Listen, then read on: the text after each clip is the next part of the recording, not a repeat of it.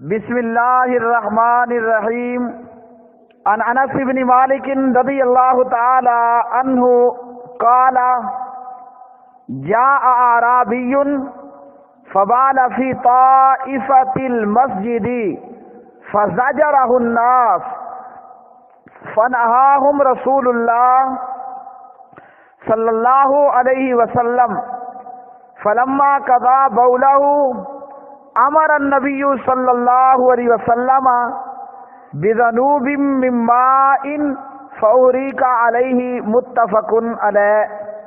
حضرت انس بن مالک رضی اللہ تعالی عنہ راوی ہیں، فرماتے ہیں ایک دیہاتی آیا اور مسجد نبوی کے کونے میں پیشاب کرنا شروع کر دیا۔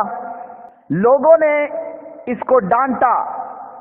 پیارے نبی صلی اللہ علیہ وسلم نے لوگوں کو ڈانٹنے سے منع کیا۔ جب یہ دیہاتی پیشاب سے فارغ ہوا تو نبی صلی اللہ علیہ وسلم نے پانی کا ایک ڈول طلب فرمایا۔ جس جگہ اس نے پیشاب کیا تھا وہاں پر وہ پانی بہا دیا گیا۔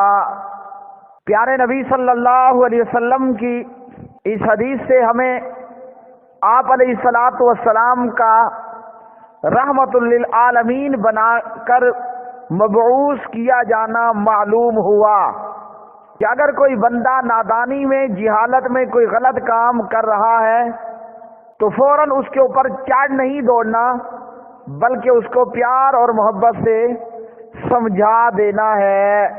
اور اس حدیث سے یہ معلوم ہوا کہ پیشاب ناپاک ہے، پیشاب پلید ہے، اور اس پلیدی کو دور کرنے کے لیے ضروری ہے کہ اس جگہ میں پانی کافی سارا بہا دیا جائے۔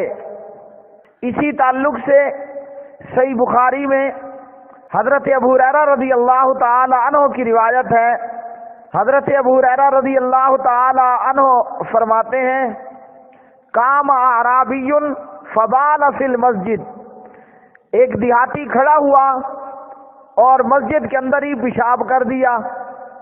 فتناولہ الناس، لوگوں نے اس کو روکنا چاہا۔ فقال لهم النبی صلی اللہ علیہ وسلم دعوہ، پیارے نبی صلی اللہ علیہ وسلم نے لوگوں کو کہا اسے چھوڑ دو، اور پھر اس کے پیشاب پر پانی سے بھرا ہوا ایک ڈول بہا دو۔ آپ صلی اللہ علیہ وسلم فرماتے ہیں فَإِنَّمَا بُعِثْتُمْ مُيَسِّرِينَ وَلَمْ تُبْعَثُوا مُعَسِّرِينَ، تم لوگ آسانی پیدا کرنے کے لیے بھیجے گئے ہو، سختی کرنے کے لیے تمہیں نہیں بھیجا گیا۔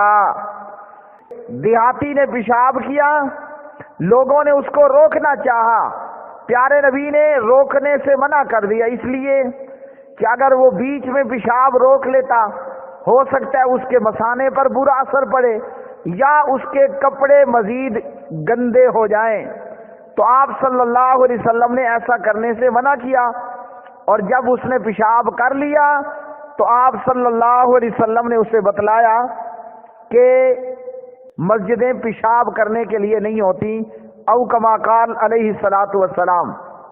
اسی طرح پیشاب کے تعلق سے صحیح بخاری کتاب الوضو میں باب بول الصبیان، بچوں کے پیشاب کا بیان۔ ام المومنین عائشہ صدیقہ رضی اللہ تعالی عنہ روایت کرتی ہیں کہ اوتی رسول اللہ صلی اللہ علیہ وسلم بصبی فبال علی ثوبہ، پیارے نبی صلی اللہ علیہ وسلم کے پاس ایک بچہ لایا گیا، آپ نے اس بچے کو اٹھا لیا، اس بچے نے آپ کے کپڑوں پر پیشاب کر دیا۔ نبی صلی اللہ علیہ وسلم نے پانی منگوایا اور اس کے اوپر بہا دیا۔ اسی طرح اسی باب میں ام قیس بنت محصن سے روایت ہے، فرماتی ہیں کہ وہ اپنا چھوٹا بچہ نبی صلی اللہ علیہ وسلم کے پاس لے کر آئیں، بچہ یعنی مذکر نر لڑکا، اپنا چھوٹا بچہ نبی صلی اللہ علیہ وسلم کے پاس لے کر آئیں، جو ابھی کھانا نہیں کھاتا تھا۔ پیارے نبی صلی اللہ علیہ وسلم نے اسے اپنی گود میں بٹھا لیا، اور اس بچے نے پیارے نبی صلی اللہ علیہ وسلم پر پیشاب کر دیا۔